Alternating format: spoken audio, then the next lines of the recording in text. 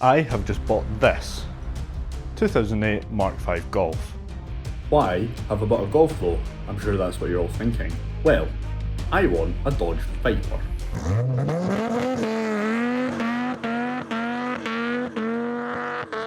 So this is going to be the start of a series where we're buying cars that maybe need some work done and flipping them for a profit until I've got about 80 grand, I know, ambitious, so that I can buy a Dodge Viper and then probably crash it.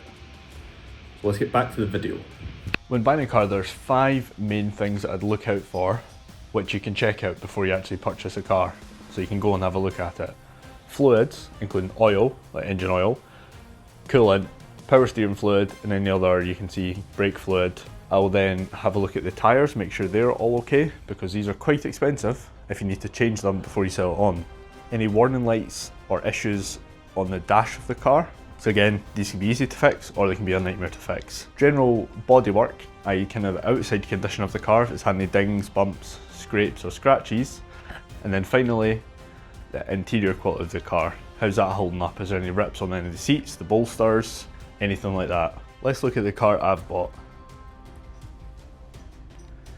So you can see it looks very clean in the engine bay, first of all, for a 2008. The only real issue I encountered when I got it was the battery, but we've hooked that up to the Noco Genius battery conditioner / trickle charger, and we've got the green light on that, meaning this is all good now and happy. I've checked all the fluids, that is all good, and yeah, it just kind of looks clean as well. Let's move on next to the tyres, as mentioned. Now we know our tyres good, let's have a look at the general condition of the exterior. So we can actually see the paint's quite good, with some few imperfections as you can see, but generally good. Kind of got a little mark here as you can see, but that's not too bad. And then down there as well. Overall it's in fantastic condition, along with the interior. It doesn't even really need a clean.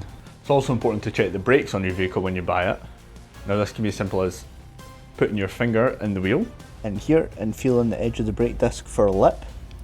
This one's completely smooth, so we're likely good, don't have to change the brake discs.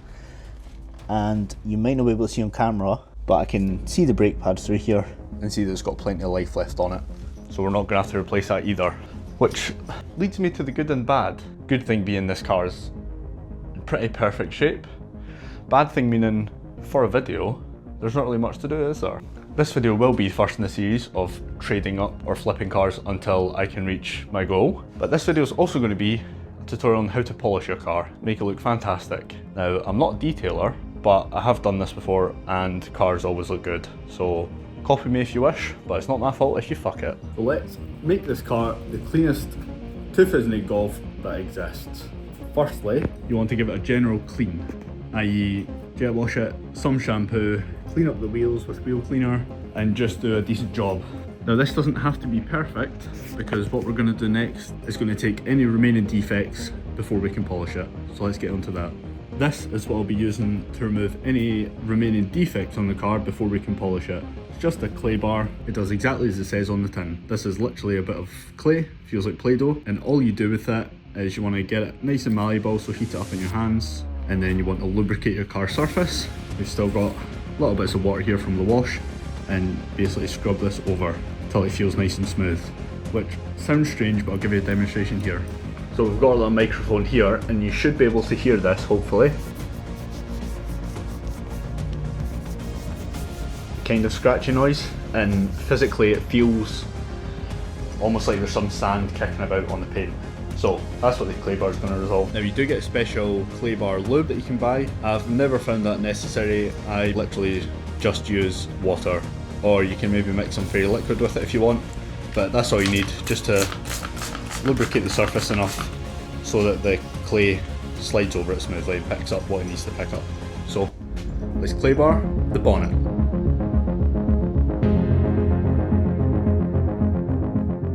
So there we go, that's the bonnet all clay barred, and you can probably see on the actual clay bar the contaminants we're talking about. You see down here the kind of darker edges basically.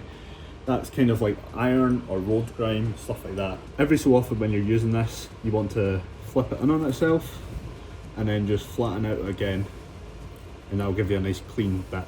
It just folds the dirt in on itself. So this is a fantastic thing to use before you polish, because if we don't remove the little defect, road grit, stuff like that, stuff that's so small you can't see, if we don't remove that, when you hit it with your polishing pad and it starts spinning around, that's when it starts creating those circular swirls that you see on a lot of cars when they're in sunlight. Now we're going to dry the car off just with a drying towel and then do a test patch for our polish. And at this point your paint probably will look a little bit better, but this isn't the final step. More importantly, you'll be able to feel and hear that it's glass smooth. No tiny little imperfections to get picked up by the pad and swirled across. So now we're ready to polish. This is called a DA polisher, or dual action polisher. Basically a random orbital sander. You put polish on with a foam pad and then go up and down your car. So for this we're using the cheapest one from Amazon. I think this was maybe £40. You can't really go wrong if you're just kind of doing DIY stuff with this. And we are pairing that with quite a firm pad. The kind of rule is the firmer the pad, the more cutting you will get. Cutting back that clear coat, which will then make it nice and flat and polish and look up good. And we're using the Chemical Guys Perfect Polish, and all you want to do here is just want to get 3 little pea-sized dots.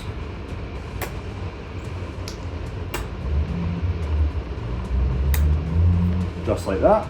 And then we're going to pick a section. I'll just start here, and you want to kind of go within 1 foot, 2 foot by 2 foot square. All you want to do now is just want to dot it around where you're going to polish. This just helps spread it in on the pad before you do anything. And once you've done that, you want to set your thing to low speed. So I've just got it on 2 and buff it in.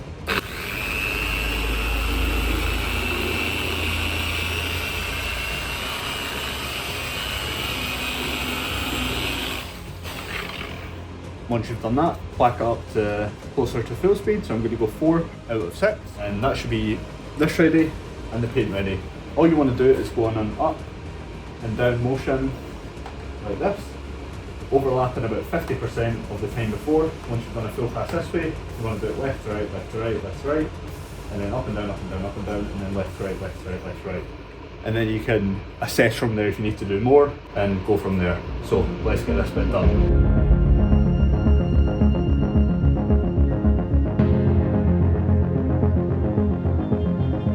Once you've done your passage, you'll see this kind of effect shape come out. This is just excess polish left on, so all you want to do, grab yourself a nice fresh clean microfiber cloth, fold it up so none of the edges or anything are visible. These ones are good, they don't have labels, but the ones with labels can possibly scratch your car. Then you just want to buff in circular motions, and you'll see your hard work pay off. So you can see if I grab my light here, this is the section we've done. Look how good that paint is, especially for a car from 2008. You see how clean it is, how sparkly it is. Compared to before, you see it's a little bit more hazy. It's quite hard to tell on camera, but it is a lot better. And visually it looks fantastic in person. I'm very happy with that. All I'm going to do now is go over the rest of the car with the same technique. Clay bar, polish, wipe off, make sure it's nice and buffed up as well. Then we're going to stick the car up for sale and see what we can get for it towards our next project to flip. Stick around to the end of the video to see how much paid for this Golf. 2 hours later.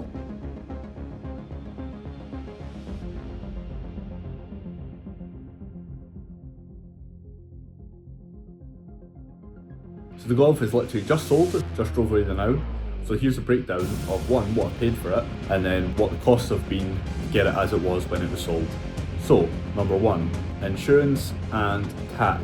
Only insured it for about an hour, just so I could go and wash it at the jet wash, as I don't have water here. So insurance was £20, tax was £20, cleaning products maybe about £10–15, and that was all it needed. So it's quite lucky on this first flip, didn't need to do anything to the car. So we've got a total cost of £50 for tax, insurance and cleaning, and I sold the Golf for £1,050, meaning we've made £400 profit, which is going to get added to our pot. So we're now up to £1,400 that we've got to buy a next car. So stick around to the next episode to see what we buy next. Thank you for watching, goodbye.